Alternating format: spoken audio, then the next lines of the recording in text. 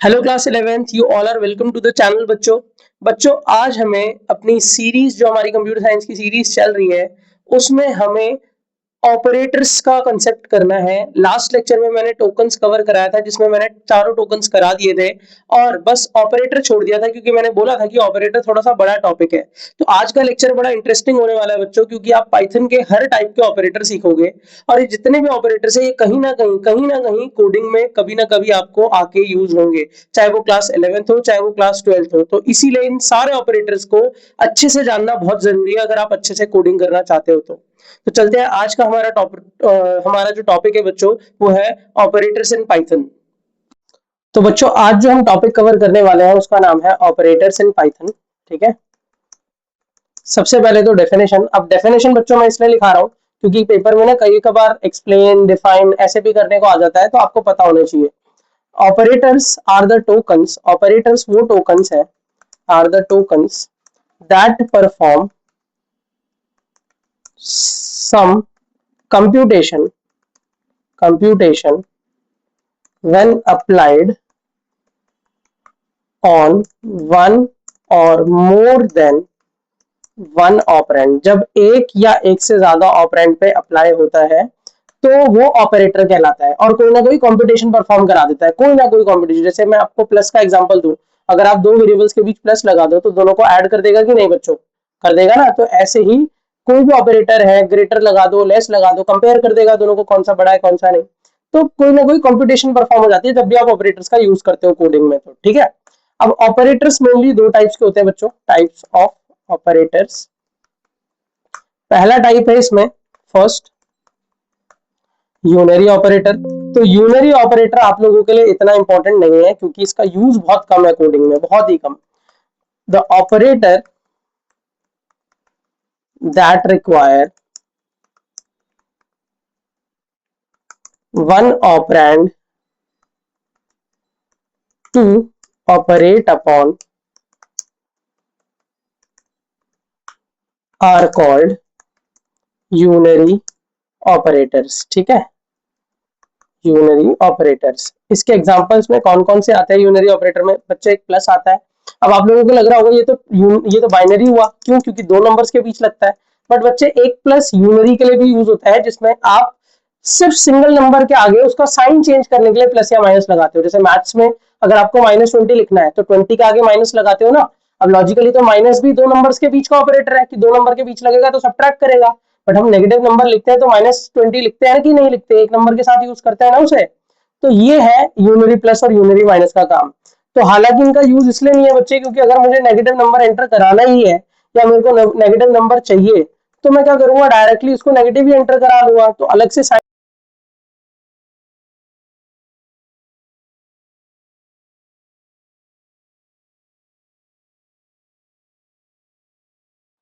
तो अब second type of operator जिसे हम बोलते हैं बच्चों बाइनरी ऑपरेटर्स। ठीक है, the operators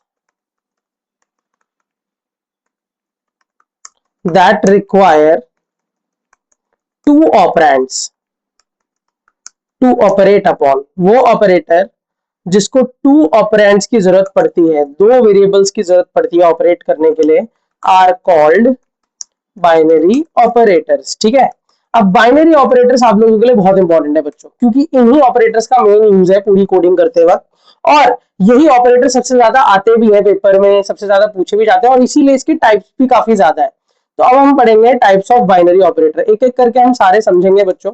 types of binary operators. ठीक है, टाइप्स ऑफ बाइनरी ऑपरेटर में पहला है फर्स्ट टाइप अरिथमेटिक ऑपरेटर्स। अब ये अरिथमेटिक ऑपरेटर्स में आते क्या क्या है भाई, सीधी सी बात है, वही अरिथमेटिक सिंबल्स जो जो मैथ्स में हम यूज करते हैं। तो कुछ तो बेसिक है, that is plus, minus, multiply, divide, ये तो आप चार जानते ही हो। इसके अलावा जो है वो है बच्चों रिमाइंडर, रिमाइंडर के लिए परसेंटेज का सिंबल यूज होता है। पावर, पावर के लिए बच्चों दो बार स्टार यूज होता है। और उसके बाद बच्चों फ्लोर डिवीजन। अब काम क्या होता है, फर्क क्या है सब में, मैं एक एक करके समझाता हूँ। देखो पहला ऑपरेटर है बच्चों आपका ऐड, नाम से ही पता लग रहा है एडिशन कराएगा। दूसरा है सब्ट्रैक्ट, सब्ट्रैक्शन कराएगा। मल्टीप्लिकेशन, मल्टीप्लिकेशन कराएगा। डिवीजन, डिवीजन कराएगा। ये रिमाइंडर निकालता है, पहले नंबर को दूसरे से डिवाइड करके रिमाइंडर। ये पावर का सिंबल है बच्चों, power, raise to the power. और ये फ्लोर डिवीजन है, फ्लोर डिवीजन। अब मैं आपको पहले डिवीजन, फ्लोर डिवीजन सब में फर्क बताता हूँ। देखो सबसे पहला आपको होगा एडिशन, प्लस। तो सीधी सी बात है, प्लस अगर आप 5 और 2 के बीच प्लस लगाते हो तो आंसर आता है 7, दोनों ऐड हो जाते हैं। नेक्स्ट सब्ट्रैक्शन, अगर आप 5 और 2 के बीच माइनस लगाते हो बच्चों तो आंसर आता है 3, दोनों सब्ट्रैक्ट हो जाते हैं। नेक्स्ट मल्टीप्लीकेशन, 5 और 3 के बीच मल्टीप्लाई लगाते हो तो 15 आता है, दोनों मल्टीप्लाई हो जाते हैं। सॉरी 5 एंड 2 ले लेता हूं मैं, क्योंकि सेम नंबर यूज करें तो सेम ही करते हैं, बाकी 15 ही आएगा उसका भी आंसर। नेक्स्ट, अगर मैं 5 और 2 के बीच, ये थोड़ा सा इंपॉर्टेंट है, डिवाइड लगाता हूं तो आंसर क्या आता है बच्चों, 2.5 आता है। तो 2.5,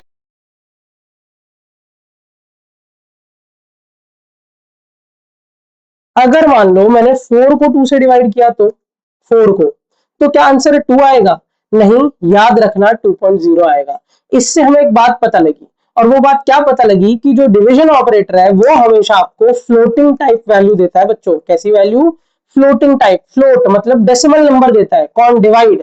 चाहे आप डेसिमल नंबर आ रहा हो या ना आ रहा हो तब भी वो पॉइंट में ही देगा आंसर, ठीक है। नेक्स्ट ऑपरेटर आपका रिमाइंडर। तो अगर आप 5 को 2 से रिमाइंडर करते हो तो 5 को 2 से डिवाइड करो, रिमाइंडर क्या बचेगा? 1 बचेगा ना, 1 दे देगा। अगर सर मान लो मैं 10 को 3 से रिमाइंडर करता हूँ, 3 से, तो 3 3 9, रिमाइंडर क्या बचता है? 1, तो ये भी 1 ही दे देगा। क्लियर हुई बात? रिमाइंडर। नेक्स्ट पावर, 5 की पावर 2 करता हूँ तो 5 का स्क्वायर क्या होता है? 25। सर अगर मैं 3 की पावर 3 करता हूँ, 3 की पावर 3, तो 3 का क्यूब क्या होता है? 27। समझ आई बात? पावर भी। अब आता है अगला फ्लोर डिवीजन। फ्लोर डिवीजन क्या करता है? ये डिवाइड की तरह ही होता है। 5, जैसे 5 डिवाइडेड बाय 2 करता हूं मैं, फ्लोर डिवीजन बाय 2, तो ये भी डिवाइड करेगा। बट याद रखना, डिवीजन आंसर हमेशा आपको पॉइंट पे देता है, ये आंसर कभी भी पॉइंट में नहीं देता है। जैसे 5 को 2 से डिवाइड करने पे 2.5 आ रहा है, बट फिर भी वो 2 देगा, ठीक है, 2.5 देगा ही नहीं। और 5 को मान लो अगर आप 4 को 2 से डिवाइड करते हो फ्लोर डिवीजन, तब भी आंसर 2 ही आएगा। तो समझ गए फ्लोर डिवीजन का काम क्या है, ठीक है। तो ये 7 ऑपरेटर थे अरिथमेटिक के जो पाइथन में यूज होता है, बाइनरी का पार्ट था ये, ठीक है। Second type of binary operator है बच्चों, रिलेशनल ऑपरेटर। अब रिलेशनल ऑपरेटर में मेनली जो रिलेशन चेक करे दो वेरिएबल्स नंबर्स के बीच का, या फिर इन्हें हम कंपैरिजन ऑपरेटर्स भी बोलते हैं। कंपैरिजन ऑपरेटर्स करते क्या है बच्चों ये कंपैरिजन ऑपरेटर्स? इसमें सबसे पहले आता है इक्वल्स टू चेक करता है, greater than, less than, greater than equals to, less than equals to और नॉट इक्वल्स टू। ये 6 ऑपरेटर आते हैं इसमें। काम क्या है? पहले का काम है इक्वल्स टू चेक करना कि दो वैल्यूज इक्वल है या नहीं। दूसरे का काम है ग्रेटर देन चेक करना कि पहली वैल्यू दूसरे से ग्रेटर है कि नहीं। तीसरे का काम है लेस देन चेक करना। चौथे का काम है चेक करना कि ग्रेटर देन या equals to, greater than equals to, दोनों में से कुछ भी होगा तो चल जाएगा, ट्रू दे देगा। लेस देन इक्वल्स टू, ठीक है। और लास्ट है बच्चों नॉट इक्वल्स टू। ठीक, आपको एक कंडीशन तरीका भी बता देता हूं। जैसे अगर मैं लिखता हूं बच्चों, देखो 4 इक्वल्स टू 4, क्या 4 4 के इक्वल होता है? हाँ होता है, तो ये ट्रू दे देगा। क्या दे देगा? ट्रू दे देगा। बट यही अगर मैं लिखता हूं कंडीशन एक, लिखता हूं 5 ग्रेटर देन 7, क्या 5 7 से बड़ा होता है? नहीं, नहीं होता ना, तो ये फॉल्स दे देगा। तो मेनली रिलेशनल ऑपरेटर आपको ट्रू या फॉल्स वैल्यू देते हैं। समझ गए आप लोग? ठीक है। Third operator, one of the most important operator binary के, that is logical operators. Logical operators, logical operator में पहला ऑपरेटर आता है बच्चों और ऑपरेटर। काम क्या होता है सर इसका? समझते हैं। द और ऑपरेटर, द और ऑपरेटर कंबाइंस टू एक्सप्रेशंस, दो एक्सप्रेशंस को कंबाइन करता है, एंड रिटर्न्स ट्रू, और ट्रू देता है if either of the expression, either of the expression is true। अगर दोनों में से कोई एक भी एक्सप्रेशन ट्रू हो गई तो ये आपको आंसर ट्रू दे देगा बच्चों। कैसे? एक एग्जांपल से समझे। पहले टेबल देख लेते हैं। मान लो एक कंडीशन है C1 और एक कंडीशन है C2, ठीक है। अब आपको पता है कंडीशन या तो ट्रू होती है तो फॉल्स होती है। तो सर हो सकता है दोनों ही फॉल्स हो सकता है सर दोनों ही फॉल्स हो सकता है सर पहली फॉल्स हो बट दूसरी ट्रू हो सकता है सर पहली ट्रू हो बट दूसरी फॉल्स और हो सकता है सर दोनों ही ट्रू हो सकता है ना, ठीक है बच्चों। इसके अलावा कोई केस नहीं बन सकता। अब आपने क्या करा? आपने C1 C2 दोनों के बीच और लगा दिया, तो मैंने क्या बोला, और दोनों में से एक भी ट्रू होगा तो ट्रू दे देगा, वरना फॉल्स देगा। तो भाई पहले सिचुएशन में तो दोनों फॉल्स है तो फॉल्स आएगा, बट उसके बाद की सिचुएशन में देखो कोई एक भी ट्रू हो जा रहा है, कोई एक भी ट्रू हो जा रहा है, ठीक है बच्चों। तो इधर भी ट्रू और लास्ट में तो दोनों ही ट्रू है, तो यहाँ तो ट्रू आएगा ही। तो होप सभी को और ऑपरेटर क्लियर हुआ। एक छोटे से एग्जांपल से इसे समझाता हूँ। मान लो एक मेरी कंडीशन है 5 ग्रेटर देन 9, क्या 5 9 से बड़ा होता है? नहीं, ये कंडीशन तो फॉल्स हो गई। बट और लगा के मैंने कंडीशन दी, क्या 4 इक्वल्स टू 4 होता है? हाँ होता है। देखो दोनों में से एक ट्रू हो गई, तो इसका जो फाइनल रिजल्ट आएगा ना बच्चों, इस कंडीशन का फाइनल रिजल्ट वो ट्रू ही होगा, वो फॉल्स नहीं होगा, ठीक है। तो और ऑपरेटर होप सभी को क्लियर हुआ। अब और ऑपरेटर से कनेक्टेड ही लॉजिकल का दूसरा ऑपरेटर है, लॉजिकल ऑपरेटर का, वो है, उसका नाम है बच्चों एंड ऑपरेटर। उसका नाम है कौन सा ऑपरेटर? And operator. तो मैंने कॉपी पेस्ट कर लिया है। सेकेंड आपका ऑपरेटर है एंड। करता क्या है द एंड ऑपरेटर?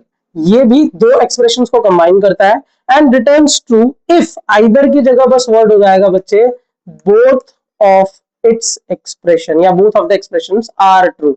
अगर दोनों ट्रू होंगी तभी ट्रू देगा, दोनों ट्रू होंगी बच्चों तभी ट्रू देगा। तो सेम केस, अगर एक C1 है एक C2 है और दोनों के बीच अगर आपने एंड लगा दिया, क्या लगा दिया? एंड लगा दिया, तो भाई पहले में भी फॉल्स, दूसरे में भी फॉल्स, तीसरे में भी फॉल्स, क्योंकि भाई कोई एक भी फॉल्स तो फॉल्स। जब दोनों ट्रू तभी ट्रू, जब दोनों ट्रू तभी ट्रू।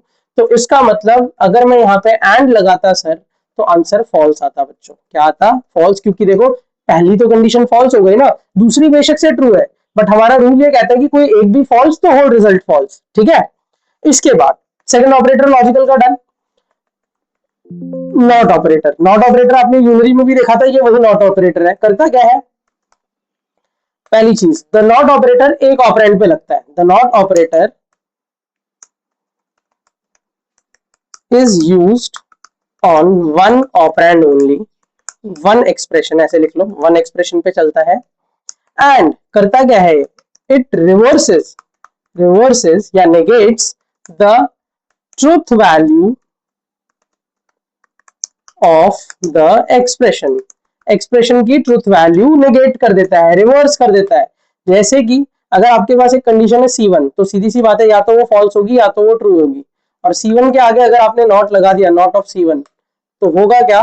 फॉल्स की जगह आंसर आएगा, जब फॉल्स आ रही होगी वैल्यू तो उस जगह आंसर आएगा आपका ट्रू, और जब ट्रू आ रही होगी आपकी वैल्यू तो उस जगह आंसर आएगा बच्चों आपका फॉल्स। एक एग्जांपल से देख लेते हैं, इसको भी क्लियर हो जाए, ताकि अगर मैं लिखता हूं नॉट ऑफ 4 इक्वल्स टू 4, तो ये आंसर देखो 4 4 के इक्वल होता है, मतलब कंडीशन तो ट्रू है, बट क्योंकि नॉट लगा है तो इस वजह से आंसर फॉल्स आएगा। बट अगर मैं ये लिखता हूं नॉट ऑफ 5 ग्रेटर देन 7, अब देखो कंडीशन आपकी फॉल्स है क्योंकि 5 7 से बड़ा नहीं होता, बट नॉट लगा है तो आंसर ट्रू आएगा। होप सभी बच्चों को नॉट ऑपरेटर भी क्लियर, एक बहुत अच्छा ऑपरेटर था नॉट। नेक्स्ट अगला ऑपरेटर बच्चों, फोर्थ टाइप अरिथमेटिक का, अरिथमेटिक का ये, इसका नाम है असाइनमेंट ऑपरेटर। असाइनमेंट ऑपरेटर क्या करता है बच्चों, बताता हूं। सबसे पहली चीज इसमें असाइनमेंट में सबसे पहला आता है इक्वल्स टू, इसका नाम है असाइन इक्वल्स। ये करता क्या है? किसी भी एक वेरिएबल को एक वैल्यू असाइन कर देता है, उसके इक्वल कर देता है। जैसे a इक्वल्स टू 50 लिखता हूं, तो a की वैल्यू क्या हो जाएगी बच्चों? 50 हो जाएगी, असाइन कर दिया उसने a को 50, ठीक है। अब मेन तो असाइनमेंट ऑपरेटर इक्वल्स टू ही है, but assignment operator equals to जो है अपने साथ सारे अरिथमेटिक ऑपरेटर्स को जोड़ता है। That is plus equals to, minus equals to, multiply equals to, divide equals to, reminder equals to बच्चों, पावर इक्वल्स टू और फ्लोर डिवीजन इक्वल्स टू, सबको जोड़ता है। अब फर्क क्या है सर? फर्क यह है कि पहले तो नाम का फर्क है, इसका नाम हो जाएगा असाइन सम, इसका नाम हो जाएगा असाइन सब्ट्रैक्शन। सेम वही नाम है, बस असाइन लग जा रहा है सबके आगे, सब्ट्रैक्शन। नीचे assign multiplication, assign division, assign power, assign reminder, assign floor division, हो जाएगा सबका नाम। फर्क क्या है? फर्क ये है कि जैसे अगर मैं लिखता हूं a इज इक्वल्स टू 50, तो a में 50 जाके स्टोर होता है, बट अगर मैं लिखता हूं a plus is equals to 50, तो a में 50 जाके ऐड होता है। दोनों बातों में फर्क है, समझो। जैसे मान लो आपके पास 100 रुपए हैं, अब मैं आपको बोलता हूं मैं आपको 500 रुपीज दे रहा हूं, बट आप अपने 100 रुपए फेंक दो फाड़ के या मुझे दे दो। तो आपने क्या करा? 100 रुपए फाड़ के फेंक दिया और 500 रुपए मुझसे ले लिए। तो अल्टीमेटली आपके पास जो फाइनल अमाउंट बना वो 500 रुपीज का ही बना ना, क्योंकि आपने ऐड नहीं किया है, आपने वैल्यू को रिप्लेस कर दिया, 100 को 500 से रिप्लेस कर दिया, ये असाइन इक्वल्स का काम होता है। बट अगर यही मैं असाइन सम करूं तो असाइन सम का मतलब ये हो गया आपके पास 100 रुपए थे, मैंने आपको 500 रुपए और दे दिए, तो आपके पास अब कितना हो गया, 600 रुपए हो गए। तो ये असाइन सम का काम है। ऐसे असाइन सम सब्ट्रैक्ट कर देगा, असाइन मल्टीप्लीकेशन मल्टीप्लाई कर देगा, असाइन डिवीजन डिवाइड कर देगा। समझ आई बात? तो ये असाइनमेंट ऑपरेटर थे बच्चों। क्लियर? असाइनमेंट के बाद अगला operator membership operator, one of the most important operator, क्योंकि लूपिंग में यूज है इसका, लूप्स में कई जगह ये चलते हैं। मेंबरशिप ऑपरेटर, मेंबरशिप ऑपरेटर में क्या आता है, सबसे पहले आता है इन और दूसरा आता है नॉट इन। दोनों का काम क्या है सर, पहले इनका काम जानते हैं। रिटर्न्स ट्रू, ये तब ट्रू देता है if the value is present in the sequence, अगर एक गिवन वैल्यू जो है वो सीक्वेंस में प्रेजेंट है, अगर प्रेजेंट है तब ट्रू देता है। और ये कब ट्रू देगा, returns true if the value is not present in the sequence, present in the sequence, sequence में अगर प्रेजेंट नहीं है तो ये ट्रू देता है। एग्जांपल से समझे चीज को, अगर मैं लिखता हूं बच्चों ए इन प्रिंस, अब मुझे बताओ मेरे नाम में कहीं भी ए आता है बच्चों, नहीं, तो ये क्या दे देगा आपको, फॉल्स दे देगा, क्योंकि इनका मतलब होना चाहिए। ठीक है, इनका मतलब क्या होता है बच्चों, होना चाहिए।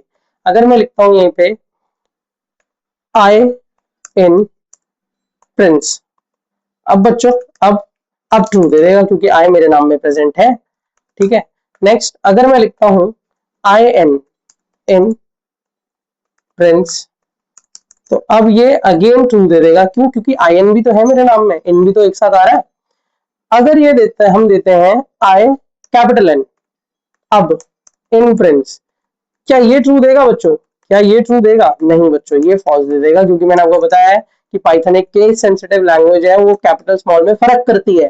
ठीक है, तो ये समझ आ गया। अगर मैं लिखता हूं यहीं पे P R I not in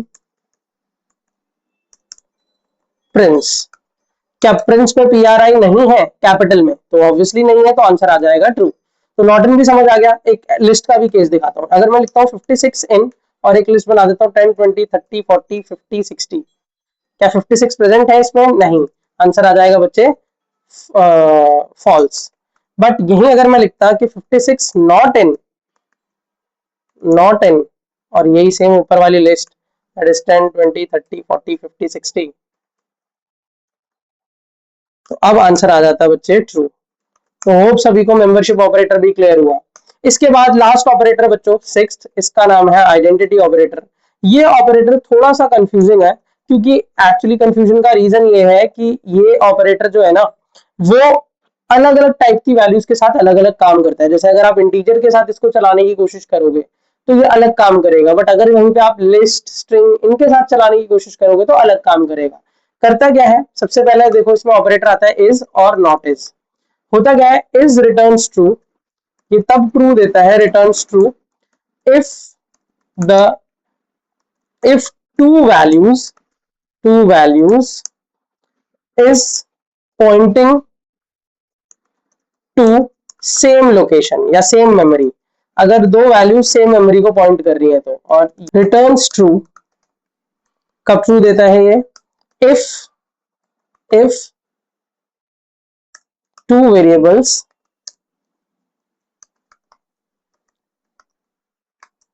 are not pointing to same memory, अगर सेम मेमोरी को नहीं पॉइंट कर रहे। ठीक है, कहने का क्या मतलब है, एक एग्जांपल से इसे समझते हैं। देखो इंटीजर्स के साथ ये अलग काम करते हैं। जैसे अगर मैं लिखता हूँ a 10 है और b भी 10 है, ठीक है, अब a और b दोनों के पास सेम वैल्यूज है, तो वो सेम मेमोरी लोकेशन को पॉइंट करेंगे। और c मान लो 500 है, तो अगर मैं लिखता हूँ प्रिंट a इज b, तो आंसर आएगा ट्रू। बट अगर मैं प्रिंट लिखता हूँ a इज c, तो आंसर आएगा फॉल्स। ठीक है, तो इंटीजर में आपने देखा कि जब दोनों के पास सेम वैल्यू थी तो इज ट्रू दे रहा था, बट दोनों के पास जब डिफरेंट वैल्यू थी तो इज फॉल्स दे रहा है। ये केस हुआ इंटीजर का। तो इज तब ट्रू देता है जब दोनों के पास सेम वैल्यू, आप कह सकते हो सेम मतलब सेम मेमोरी लोकेशन पे है वो। ठीक है, तो सेम वैल्यू को सेम मेमोरी लोकेशन पे ही रखता है वो। और सी के पास अलग वैल्यू थी तो अलग मेमोरी लोकेशन, तो वो फॉल्स देगा। बट अगर सेम केस बच्चों मैं लिस्ट में लेके जाऊं, कहां पे, लिस्ट में, अगर मैं आपको इसको लिस्ट में समझाऊं, आप रन करके चाहो तो देख सकते हो अपने सिस्टम पे, इसे सेम ऐसे ही काम करेगा ये। अगर मैं लिस्ट में लेके जाऊं केसेस को, तो मान लो आपके पास एक एक्स नाम की लिस्ट है जिसमें एलिमेंट है 1, 2, 3 और एक वाई नाम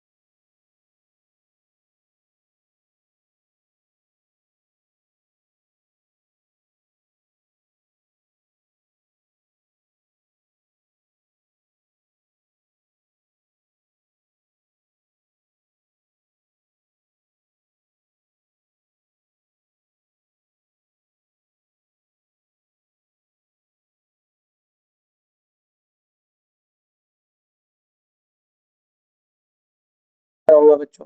ठीक है, तो आज के लिए इतना ही। Till then keep watching and keep learning. Thank you, have a nice day everyone.